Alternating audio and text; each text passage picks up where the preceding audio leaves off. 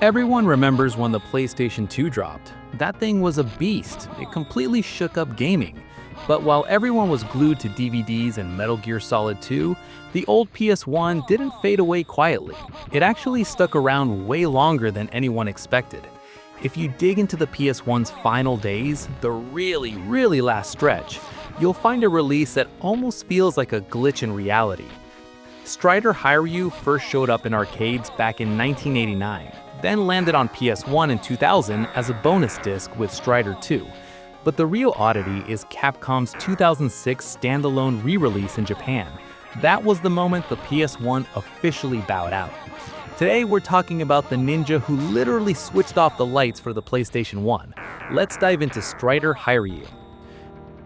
By the late 2006, the Xbox 360 was already here, and everyone was counting down to the PS3 and the Wii. And the PS1? Basically ancient history at that point. But Capcom, predictably wild, decided to put out Strider Hiryu again, this time as part of their Game Books series. It wasn't just some quick budget reprint either. You got the arcade port as a standalone PS1 game, plus a huge strategy guide and art book.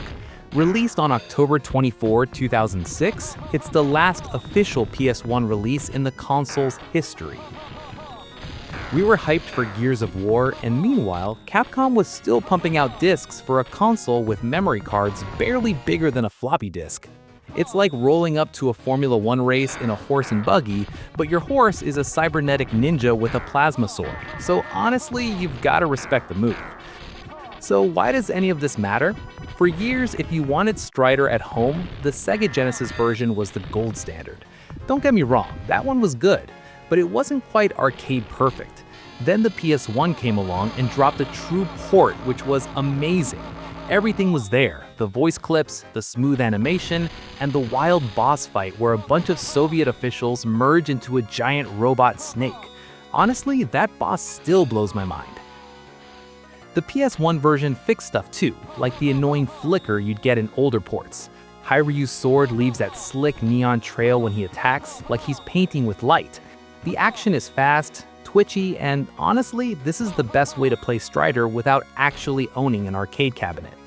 Even though the 2006 release marked the PS1's grand finale, this port bridged the gap to where Hiryu sits today. It's here that people rediscovered his crazy acrobatics, the wall climbing, the sliding kicks, the robotic panther, all that stuff. Thanks to this version, he became a regular in Marvel vs. Capcom.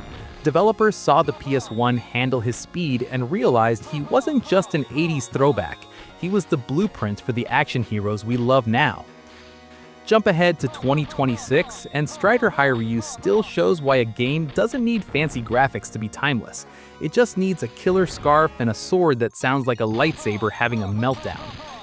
So is Strider Hiryu the best PS1 game? Probably not. But as a last hurrah for the console that shaped the generation, it's just right. High energy, packed with personality, and technically sharp. So what was the final game you grabbed for your PS1? Maybe a bargain bin pick like this, or did you ditch the PS1 for the PS2 right away? Drop your answer in the comments.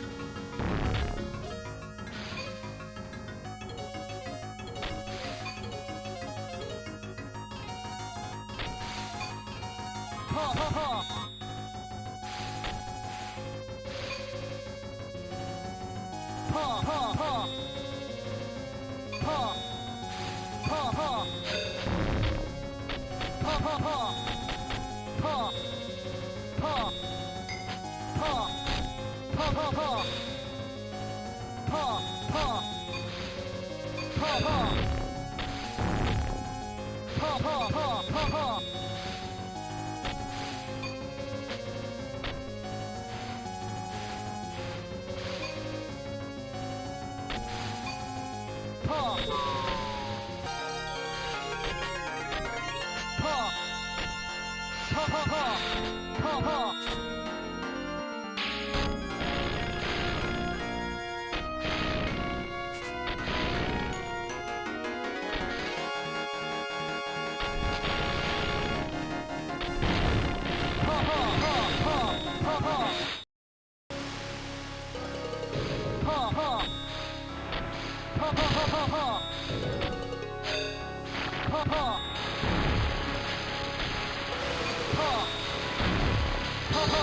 ha ha ha!